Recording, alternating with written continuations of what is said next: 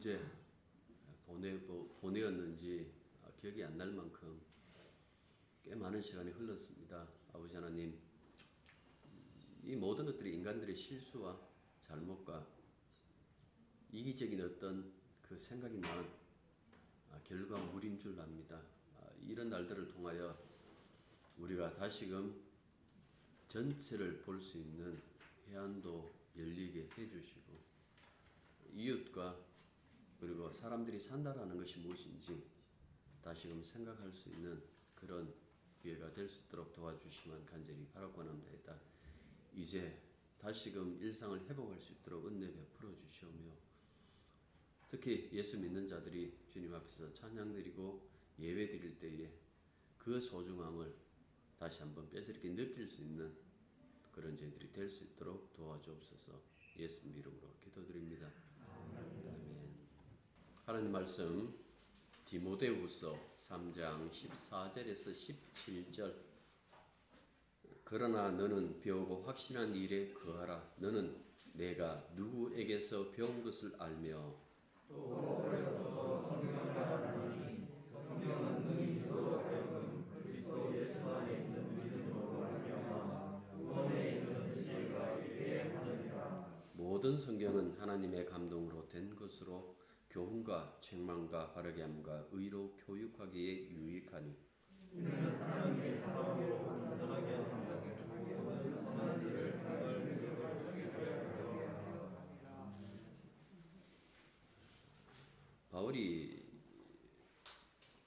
편지를 여러 곳에 남겼다라는 것은 우리가 이 신약 성경을 통해서 알 수가 있습니다. 구체적으로 교회를 명시하고 보내는 그 편지, 고린도전서라든지 고린도전후서라든지 빌립보서라든지 이런 것들이죠. 그리고 둘째는 어떤 지역 교회들에게 보내는 편지인데 그게 갈라디아서 이렇게 볼 수 있겠죠.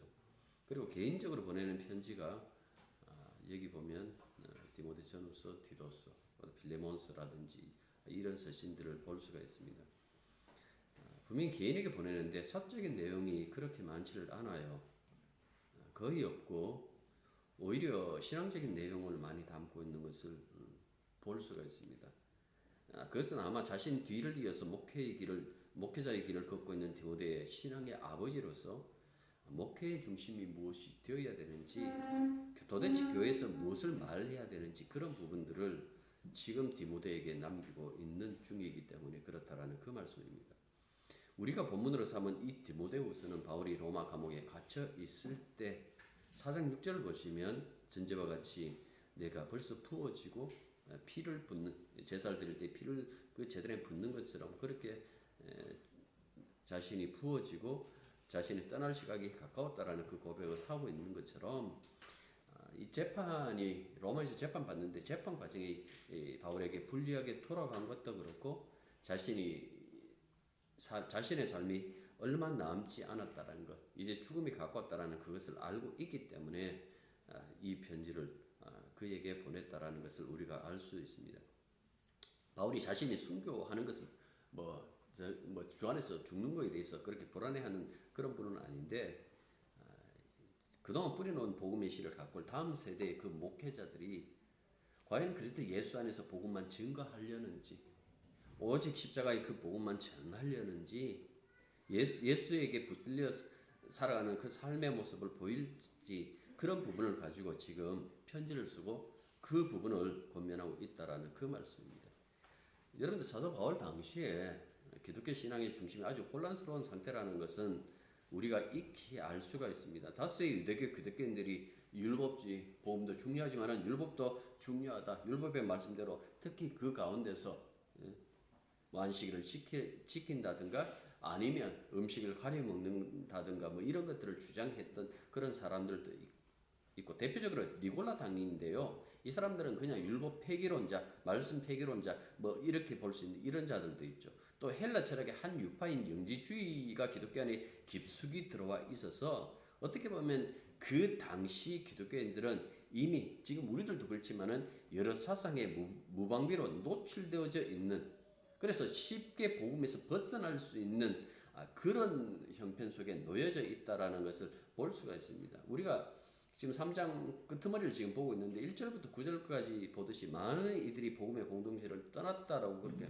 이야기하고 있어요. 이런 형편에서 사도가 할 일은 디모데와 같은 젊은 일꾼들을 복음으로 무장시키는 것, 이것밖에 없겠죠. 도대체 무엇으로 무장시킬 것인가 라는 이 문제. 바울의 어떤 이 편지를 이렇게 보면서 신명기가 이렇게 그려지더라고요. 모세가 그 출애굽 1세대 자기 민족을 이끌고 하나님의 말씀을 따라 그 민족을 광야를 지나 이제 가나안 땅에 들어가는 그 모세가 가나안 땅에 들어가지 못하고 죽는데 그 죽기 전에 그 남은 세대를 위하여 말씀을 남기잖아요. 근데 이 말씀을 쉽게 떠나지 못하도록 하기 위하여 그 신명기 보면 그들에게 노래를 가르쳤다라고 그렇게 얘기를 해요. 그 노래가 뭘까요? 그 노래라는 것이 결국 뭔가니까 성경의 그 중심적인 그 내용, 예를 들어 쉐마 이스라엘에 들어라 하면서 하나님은 한 분이심이라고 하는 그런 이야기라든지 그 모든 성경의 이야기들을 노래로 남겨 그들이 자기가 떠난 다음에도 하나님 말씀 안에 하나님을 사랑하고 하나님 말씀 안에 남겨 있기를 바랬던 어떤 그 모습처럼 지금 바울 역시 이 사도 바울 역시 자기가 죽고 난 다음에 남아있는 사도들이 시대가 이제 저물어 버리고 그 다음 세대들이 있었을 때에 과연 이들이 어떻게 복음 안에 있을까라는 그 부분을 지금 이 말씀을 통해서 우리들에게 전해주고 있다라는 그 얘기입니다. 그러니까 성경이 없다면 하나님의 말씀으로 예수님을 만나고 하나님 말씀으로 주님을 사랑하는 그 모습을 지금 그려놓고 있다라는 그 이야기입니다. 그래서 배우고 확신하는 일하고 이렇게 얘기를 했어요. 지금 너에게 얘기하고 싶은 것은 성경을 배우고 확신하는 그것밖에 없다라는 그 말씀이죠. 앞서서 말세라는 그 단어를 썼잖아요. 그 말세에서 성경이라는 것은 더욱 배워야 되겠죠. 더욱 신뢰해야 되겠죠.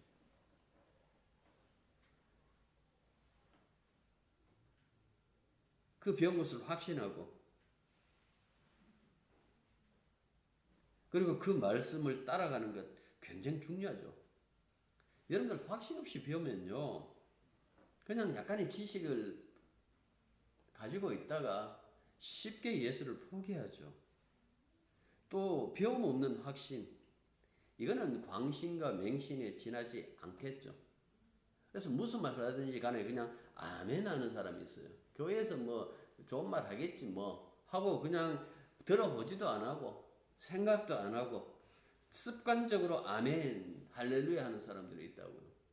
그러니까 그런 맹신들에 지나지 않기 때문에 여기서 배우고 확신하는 그 일 하면서 그렇게 얘기를 하고 있는 거예요. 무엇보다도 바울이 그런 얘기를 합니다. 여기서 네가 누구한테 성경을 배웠는가라는 그 부분을 기억시켜줘요. 보시면 너는 내가 누구에게서 배운 것을 알며라고 그렇게 얘기를 하고 있어요. 14절 보십시오. 하반절에 그 얘기를 하죠. 너는 내가 누구에게서 배운 것을 알며라고 이렇게 얘기해요. 누구한테 배웠을까요? 배울 수밖에 없겠죠. 성경은 반드시 배워야 되겠죠. 교사가 필요하죠. 누구한테 쓰라고 했을 때에 가장 먼저 뭘 얘기를 하면 너는 내한테 배웠지 않느냐. 사도 바울에게 배웠다라는 그 말씀입니다. 악한 시대를 이기고 경건을 가능케 하는 그 배움은 좋은 교사에서 나올 수밖에 없겠죠. 그 거짓 교사들한테 이런 경건이 나올까요? 나오지 않겠죠. 사도 바울 같은 이 좋은 선생을 만났기 때문에 진정한 그 복음의 모습, 그 계시가 어떻게 왔는지 그런 것을 제대로 배울 수 있겠죠. 그래서 신앙을 계승한다라는 것을 알려주고 있는 거예요. 누구한테서 배웠는지에 대한 그리스 원말을 보면요. 어떤 분들에게서라고 복수로 되어 있어요. 어떤 분들에게 배웠는지라는 그 뜻이 있어요. 그런데 이 의미는 이 앞서서 그 얘기를 합니다만 외할머니 로이스도 나오고 어머니 유니교도 나오잖아요. 어려서부터 그 외할머니 로이스와 어머니 유니교로부터 유대교의 경건과 초기 기독교의 복음을 배웠다. 그럴 수 있을까? 예, 뭐 그럴 수 있을 것 같아요. 있을 것 같지만은 우리가 이 이야기를 하면서 어버이 주일날 특히 이 본문을 삼아가지고 그렇게 얘기를 하잖아요. 신앙의 어떤 믿음의 이 계통이 굉장히 중요합니다. 자식들한테 성경을 가르쳐 주십시오. 그러고 찬송가 있잖아요. 주요한 씨가 썼던 그 찬송가를 부르면서 그렇게 강조하는데 여러분들 가만히 그 말씀 속에서 한번 생각해 보십시오. 과연 여러분들은 여러분들의 자식들한테 성경을 가르치면서 그렇게 지나왔는지를 생각해 본다면 아마 유대교는 우리들보다 더 철저하니까 이런 부분에 대해서는 뭐 그 외할머니 그리고 어머니도 생각할 수 있겠습니다. 많은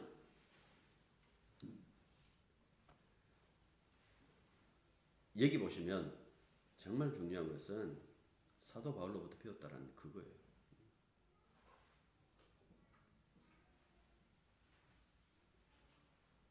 그가 들었던 그 복음의 내용. 그건 바울로부터 나왔다라는 그 사실을 이야기를 해주고 있는 거예요. 다만 이 로이스와 유니게가 먼저 복음을 이렇게 영접했다라는 그 사실은 15절 보시면 또 어려서부터 성경을 알았나니라는 이 말씀 앞에서 이 복음을 먼저 받은 것인지 아니면 그 당시에 유대인들이 가지고 있는 그 성경, 그 성경을 배우는 것인지 이 성경이라는 이 히에라 그람마타라는 이렇게 본문에 보면 그렇게 돼 있던데 히에라 그람마타는 문자적으로 신성한 기록 혹은 뭐 신성한 문자라는 그 의미예요. 신약의 다른 곳에서 성경을 지칭하는 말로 사용된 적이 없어요. 학자들에 의하면 유대교의 문서에서만 간혹 성경으로 사용되고 있다라고 그렇게 얘기를 해요. 그런데 여기서 말하는 성경이 과연 어떤 책을 지칭하고 있느냐라는 것이 굉장히 중요하겠죠. 우리는 의뢰의 모든 성경은 하니까 우리는 성경 66권 전체를 이야기를 하는 것이다. 물론 지금의 우리 입장에서는 그렇게 이해하는 것도 가능해요. 그런데 사도 바울이 디모데에게 이것을 남겼을 때에 과연 모든 성경을 그랬을 때 이 모든 성경이 뭘까요? 구약 성경 전체를 이야기를 할까요? 그런데 미안하지만은요, 구약 성경이 정경으로 언제 이 정경으로 묶여지는 거 하니까 주후 90년이에요. 만약에 모든 성경을 구약으로 잡아버리면 디모데후서는 바울이 쓰는 것이 아니다 하는 것이 사실은 옳아요.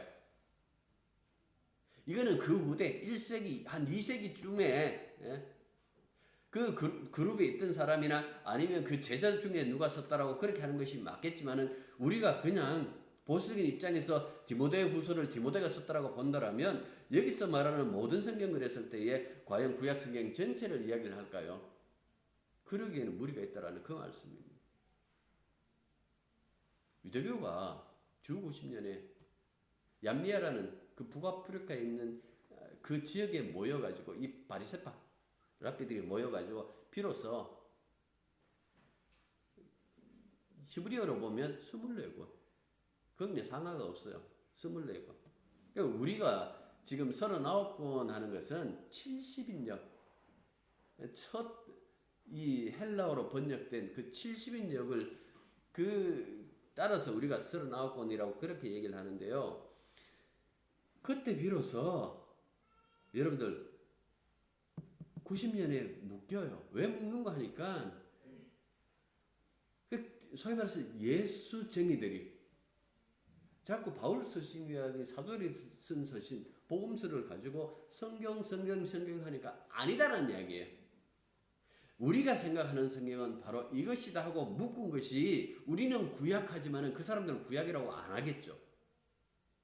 그들은 아직까지 메시아가 와야 된다고 생각하고 있기 때문에 이건 성경이에요.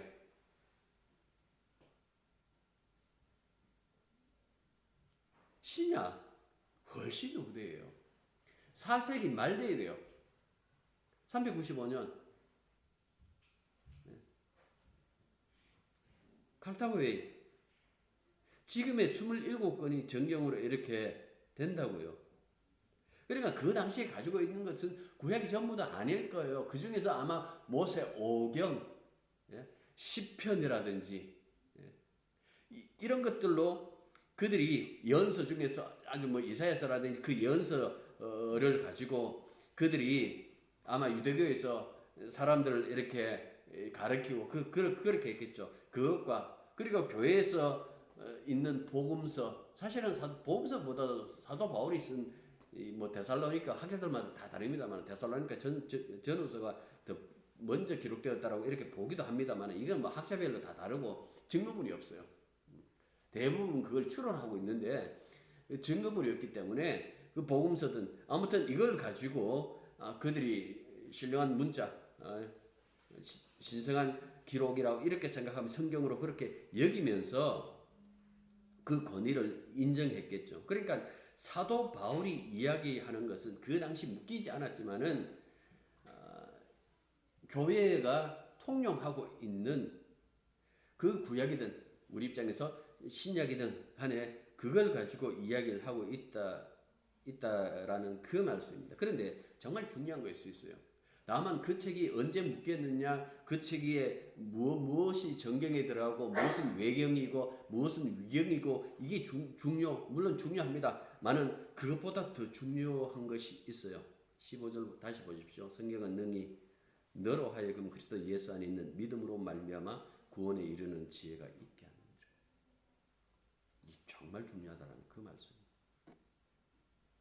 어려서부터 성경을 잘 익혀왔다는 그 사실도 중요하지만은 그것보다 더 중요한 것은 그걸 통해 가지고 그리스도 예수를 믿느냐, 그의 구원에 참여하는가, 그것이 더 중요하다라는 그 말씀입니다. 진짜 바울이 본문에서 말하고 싶은 것은 바로 이 내용입니다.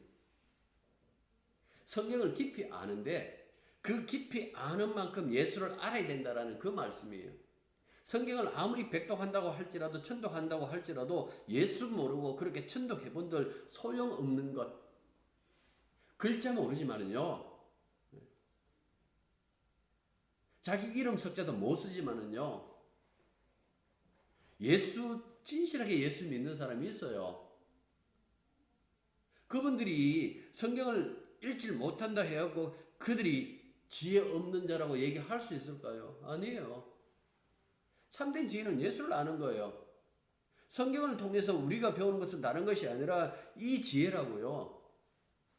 성경이 언제 만들어졌고 어떻게 쓰여졌고 구약은 한 1500년 정도 이렇게 그 기간에 쓰여지고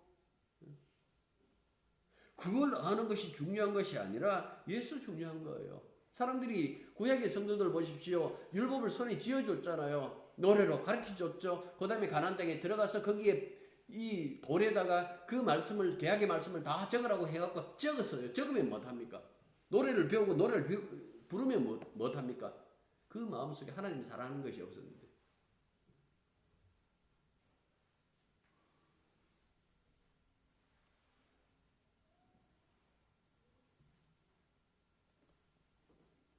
성경을 읽는다고 이 문자 속에서 그리스도를 아는 지혜가 생겨나는 것은 특별한 경우, 하나님의 어떤 그 비상적인 어떤 그 역사, 뭐 그런 역사가 있을 수가 있겠어요. 있겠지만 그렇지 않은 경우에는 선생들에 의해서 이것이 알려져요. 사도행전에 보면 빌립 이야기 있잖아요. 그리고 이디오피아 내시 이사야 53장을 보고 있는데 빌립이 가까이 묻습니다. 네 읽는 거 알겠느냐? 뭐 알듯 모를듯 잘 모르겠다.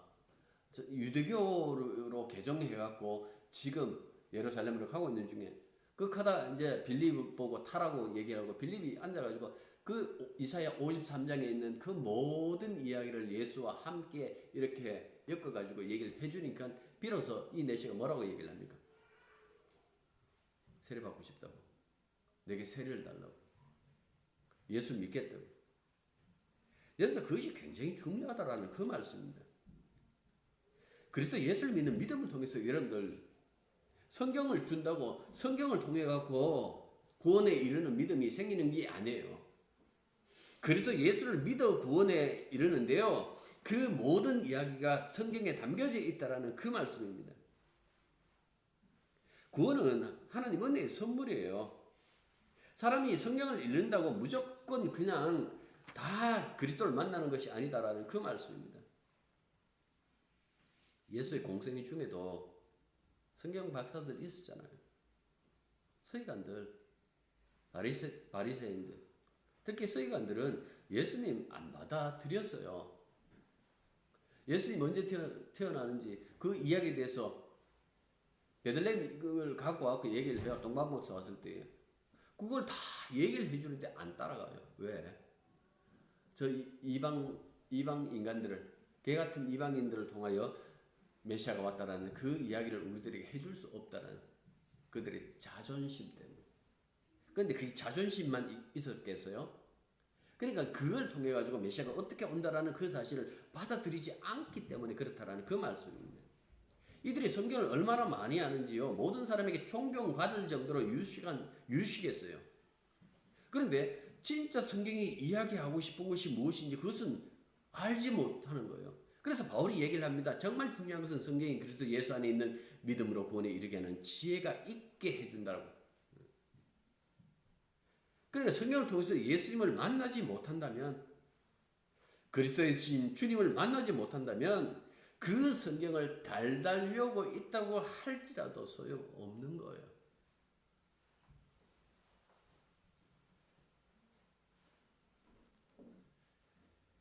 자녀 교육에 대해서 얘기하는 그 명사들 가운데서 유대교의 어떤 교육, 그걸 굉장히 강조해요. 토론하고.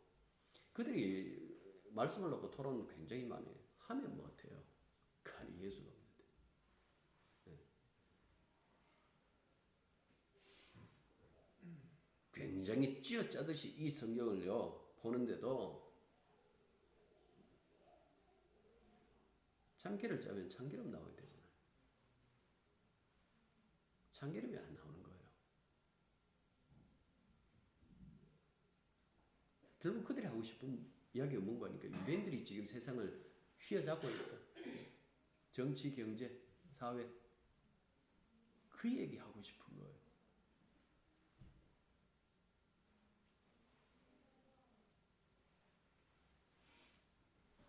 중요한 것은 다시 이야기합니다마는 이 성경을 통해서 그리스도를 아는가 알지 못하는가라는 그것이 정말 중요해요. 하나님 말씀은 이 성경에 밖에 담겨 있지 않아요.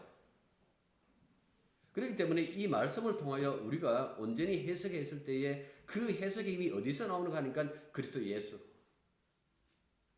그리스도 예수를 아는 데서 나온다라는 그 말씀입니다. 그 예수 그리스도를 믿음으로써 우리는 성경인 그리스도를 위해서 쓰여졌다는 것을 알 수가 있죠. 예수님도 그 말씀하십니다. 요한복음 5장 39절에 보면 너희가 성경에서 영생을 얻을 줄 생각하고 성경을 상고하거니와 이 성경이 곧 내게 대하여 증거하는 것이로다. 이때 성경은 우리가 말하는 구약, 주님께서 그 얘기를 하잖아요. 이사야, 그 다음에 오경 이야기하고 시편 이야기하고 누가복음 보면 그 얘기를 하죠. 제자들에게. 그러니까 여러분들 이 얘기를 했을 때에 구약 전체가 그리스도에 관한 그 그림자고 모형이라는 그 사실을 이야기를 해줘야 되는데 이 이야기는 예수 믿는 사람 외에는 할 수가 없는 거잖아요.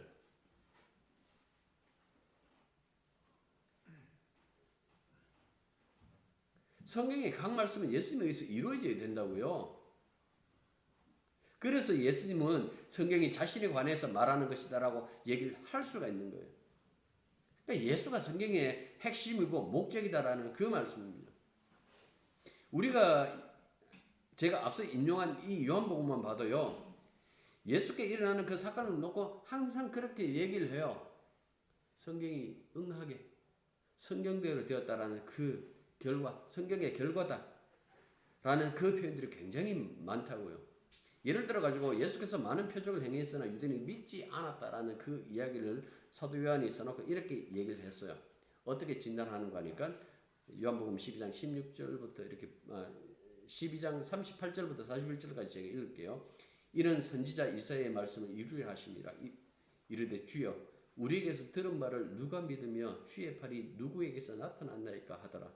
그들이 능히 믿지 못한 것은 이 때문이니 곧 이사야가 다시 일렀을 때 그들의 눈을 멀게 하시고 그들의 마음을 완고하게 하셨으니 이는 그들로 하여금 눈으로 보고 마음으로 깨닫고 돌이켜 내게 고침을 받지 못하게 하려 함이라 하였음이더라. 이사야가 이렇게 말한 것은 주의 영광을 보고 주를 가리켜 말한 것이라. 이게 뭔가 하니까 이사야 그 6장의 말씀입니다.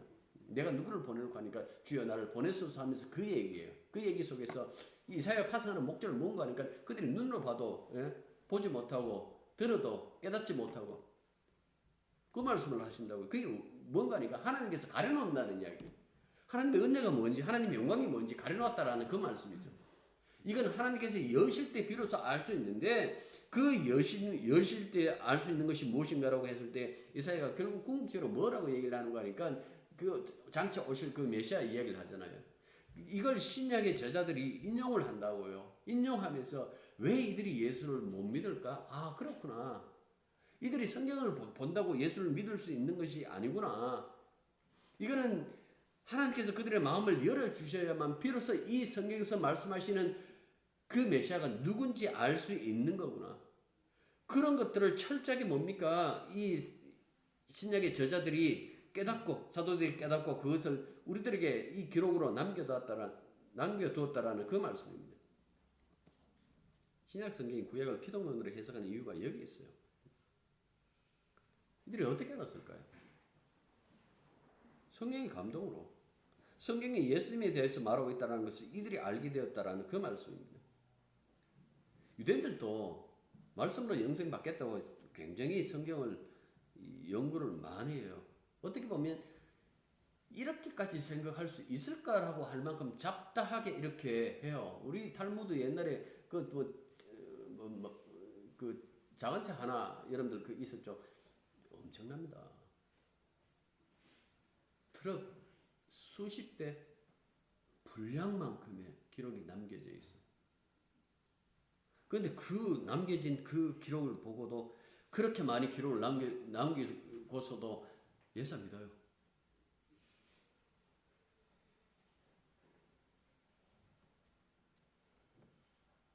그만큼 성경을 연구했는데 예수 믿어요.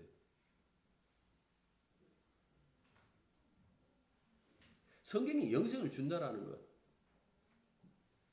성경 자체 이 문자가 우리들한테 영생 주는 것 아니에요. 성경이 나타내는 예수가 우리들에게 영생을 줘요. 우리가 주를 믿음으로 말미암아 영생에 들어간다고요. 생명을 얻는다고요. 그 이야기가 성경에 있는데 사람들은 이 예수 없이 이 성경만 가지고 뭔가 여기서 영생이 나오는 줄 착각하고 있다라는 그 말씀이죠. 그래서 성경을 아무리 연구해도 예수 만나지 못하면 헛수고. 성경은 예수 만나게 해요. 문자로 만나게 하는 게 아니에요. 성령으로 만나게 하신다라는 그 말씀입니다. 그래서 16절 보십시오. 뭐라고 얘기를 하는 거예요? 모든 성경은 하나님의 감동으로 된 것으로. 자, 여기서 모든 하는 것은 바울 시대에는 아직까지 구약도 신약도 다 이렇게 정경화되지 않는 상태. 그러나 그들에게 지금 들려지고 그들이 사용하는 그 당시 있었던 그 모든 성경, 그 성경, 그때 있었던 그 모든 것들이 다 하나님의 감동으로 되었다라는 그 얘기를 해요. 그리고 교훈과 책망과 바르게 함과 의로교육에 유익하게. 근데 이 모든 것들이요, 교훈과 책망과 바르게 함과 의로교육, 이 네 가지가 그 다음 위에 보십시오. 구원의 예수 그리스도의 믿음으로 말미암아 구원에 이르는 지혜가 있게 하는 여기에 종속돼요. 예수 믿는 믿음 안에서 이것이 일어난다라는 그 말씀입니다. 그래서 하나님의 감동으로 되었다라고 이렇게 얘기를 하는 거예요. 하나님의 감동으로 되었다라는 것은 성경이 하나님에게서 유래되었다라는 그런 의미가 있죠. 쉽게 말하면 성경은 하나님의 말씀이다라는 그 얘기예요. 사람들의 머리에서 출현하는 것이 아니다. 인간들의 그 역사가 남긴 어떤 기록물이 아니다라는 그 이야기예요. 어떤 상황을 겪으면서 어떤 역사를 겪으면서 우리도 한번 하나님을 만들어 볼까? 우리도 우리들의 어떤 이 역사를 한번 만들어 볼까? 하고 쓴 것이 아니다라는 그 말씀입니다. 그럼 문학 작품이 아니에요. 분명히 하나님 말씀이기에 신적인 권위를 가질 수밖에 없다라는 그 이야기죠. 성경의 완전함하고 이렇게 우리가 얘기를 하잖아요. 왜 성경이 완전할까? 하나님의 감동으로 되었기 때문에. 하나님의 완전한 것처럼 하나님 말씀도 완전하다라고 이렇게 얘기를 해요. 그런데 이렇게 얘기를 할 때 진짜 성경이 완전하고 이 문자로 들여다보면 틀린 게 의외로 눈에 띄어요. 그리고 여러분도 아시다시피 이게 옛날에 파피루스로 이렇게 남겨졌기 때문에 오래 파피루스라는 게 갈대잖아요. 그 갈대를 밀어가지고 종이로 했는데 우리나라 뭐 닭종이처럼 문종이처럼 그렇게 오래된 어떤 오래 있을 수 있는 그런 종이도 아니었어요. 그 지역이 워낙 비가 적고 습기가 없기 때문에 오래 보관할 수 있었는데요. 그 다음에 이제 양피가 나오고 그렇게 했다고요. 그러다 보니까 그 사본들 중에서 보면 가끔 왜 이 성경보다 없음하고 이렇게 돼 있잖아요. 그거는 그 부분이 떨어져 나갔다라는 이야기예요. 그러니까 이런 것도 있기 때문에 우리가 이렇게 보고 그다음에 숫자적으로 또 잘못 이렇게 기록하는 수도 있다라는 그 말씀이 사람의 기록이다 보니까. 그런데 여기서 완전하다 그랬을 때 그 완전함이라는 것은 다만 문자적으로 그렇게 얘기를 하는 것이 아니라 예수 그리스도를 믿어 구원에 이르는 그 지혜를 주는데 완전하다라는 그 뜻입니다. 예수를 믿어 구원에 이르는데 영생에 이르는데 부족함이 없다라는 그 말씀입니다. 글자 한자 한자가 틀리지 않았다. 그 얘기가 아니에요. 번역 그 원본도 없어요. 사본들밖에 없다라는 그 말씀입니다. 우리가 완전함을 얘기할 때에 글자 한자 한자 다 틀렸다. 그런데 왜 주보에 지금 이 글자 틀렸나? 옛날에 그 주보에 글자 틀렸다고 하고 장로님 왔길래 내가 했어요. 얼굴 쳐다보면서 장로님 해보이소. 틀리나 안 틀리나? 틀리기만 해봐라 하기는 아무 말도 안 하고 돌아가시더라고. 여기서 돌아갔다는 것은 뒤돌아갔다는 이야기입니다.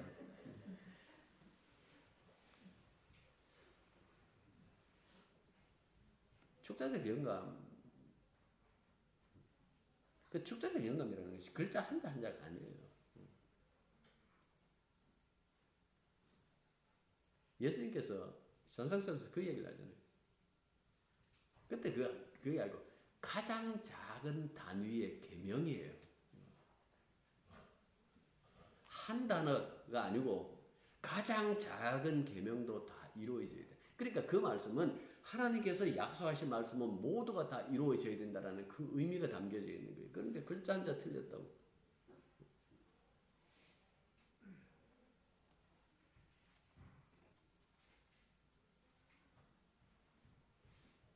하나님의 지혜가 뭔지, 하나님이 이 세상을 어떻게 심판하시고 어떻게 구원하시는지 그 부분에 대해서 설명을 해주는데요. 그게 성경이에요. 사도 바울이 그 얘기를 하잖아요. 이 성경이 우리들이 거울이라고. 왜 거울일까? 이 성경 속에서 우리가 광야에 있는 이스라엘 백성들을 보면서 그 내 모습을 보는 거예요. 사사기의 그 사람들을 보면서 내 죄가 보이는 거예요. 그래서 거울인 거예요. 우리가 얼마나 하나님 앞에 죄인인지 그 사실을요, 성경 아니고서는 몰라요. 20대 남성들 주장하는 거 있잖아요. 과거는 모르겠다. 과거 여성들이 얼마나 많은 이 사회적으로 이 불평등을 겪었는지 모르겠는데 우리 시대는 아니지 않느냐. 그리고 내가 그렇게 하지는 않았지 않느냐라고 그렇게 주장해요.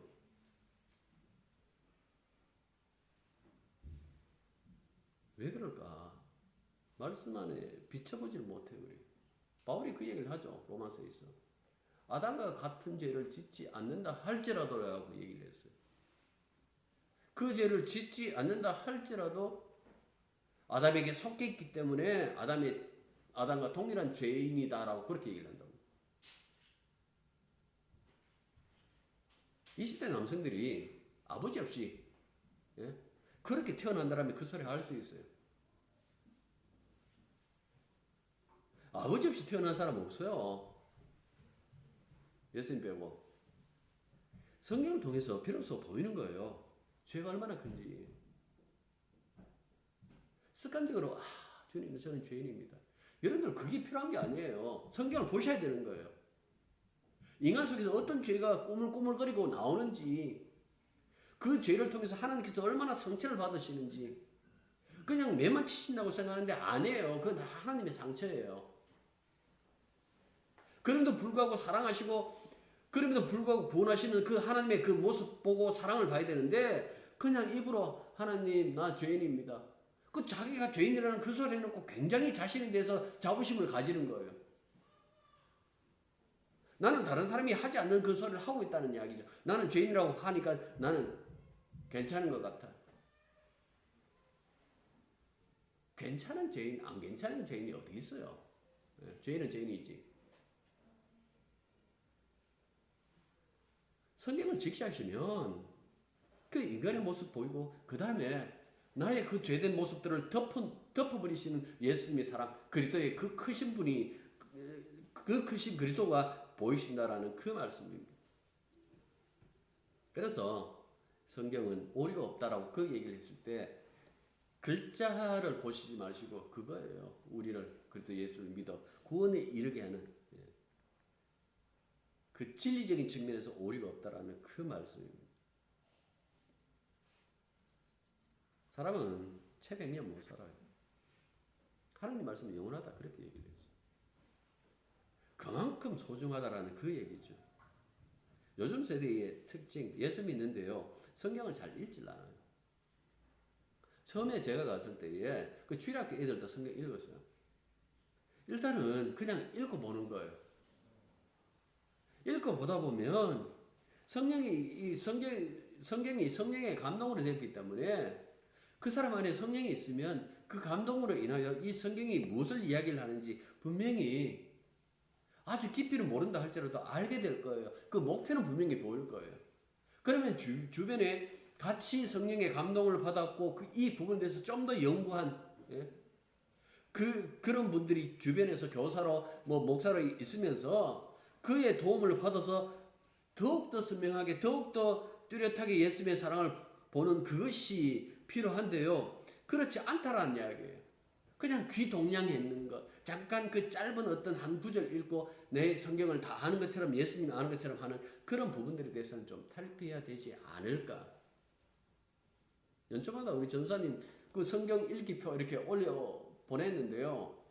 제가 원래도 그 얘기를 했죠. 그거 다 해갖고 체크하시고 갖고 오시면 커피에다가 부부의 그 두 사람이 마실 수 있는 커피에다가 케이크까지 해갖고 교회에서 쏘겠다고. 왜 그 얘기를 했을까? 성경 읽자는 얘기잖아요. 뭘 타고 안 타고가 중요한 것이 아니라 성경 읽자는 이야기예요. 그 이야기를 성경을 통해서 더욱더 예수님을 사랑하고 내 자신의 어떤 죄의 모습들을 본다라면 주님을 더욱더 깊이 생각하지 않을까라는 그 말씀입니다. 한국교회에서 그렇게 성경 공부 얘기를 하고 그만큼 그렇게 열심을 내놓고 결국 그 결과물이 뭡니까? 진짜 예수님을 사랑하고 자기를 포기하는 것이 아니라 반대. 예수님을 포기하고 자기를 세우는 거예요. 성경의 최종 목적을 신학자들이 복음화라고 이렇게 얘기를 했어요. 복음화가 뭘까요? 지금 한 5천만 약간 넘죠, 우리나라. 전체를 다 예수 믿게 하는, 교회 나오게 하는 것이 복음화인 줄 아십니까? 아닙니다. 학자들이 말하는 복음화는 그게 아니에요. 학자들이 말하는 복음화라는 것은 예수님의 시각으로 세상을 보고 하나님 보는 거예요. 그게 복음화예요. 예수님의 시각으로 하나님을 보고 세상을 보는 거예요. 그리스도 안에서 하나님을 바라보는 거예요. 그리스도 안에서 이 세상을 보는 거예요. 그게 복음화예요. 따라서 교회를 살릴 수 있는 것도, 우리들의 신앙을 유지할 수 있는 것도,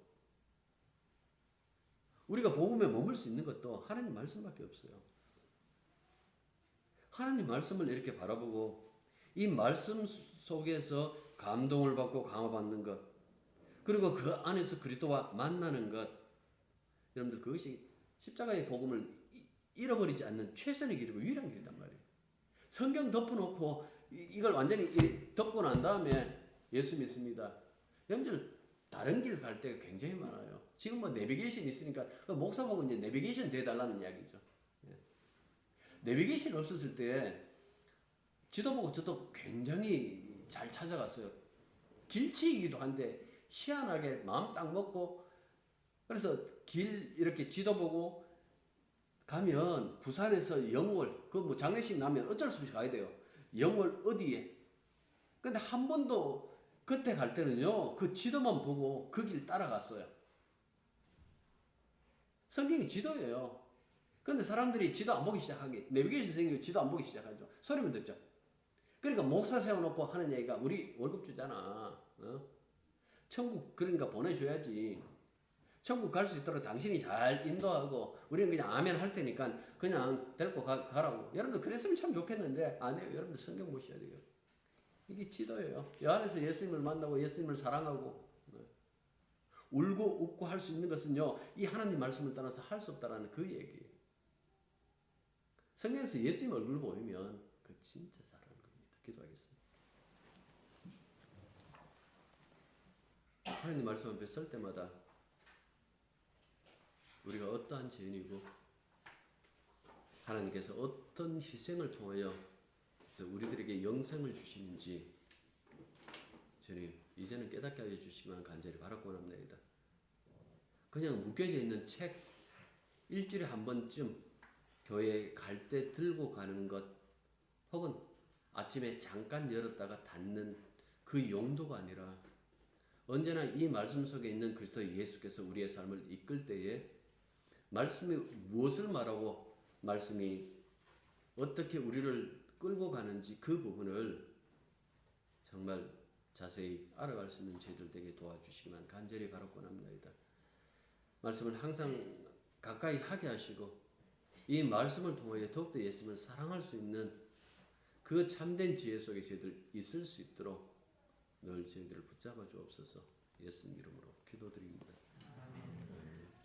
이제는 우리 주 예수 그리스도의 은혜와 하나님 우리 아버지의 크고 놀라신 사랑과 성령의 교통하심과 교자심이 진실로 성경이 하나님 말씀인 줄 알고 그 말씀을 통하여 더욱더 주를 사랑하기로 다짐하는 당신의 자녀들 위에 이제로부터 항상 함께 있기를 축원합니다. 아멘.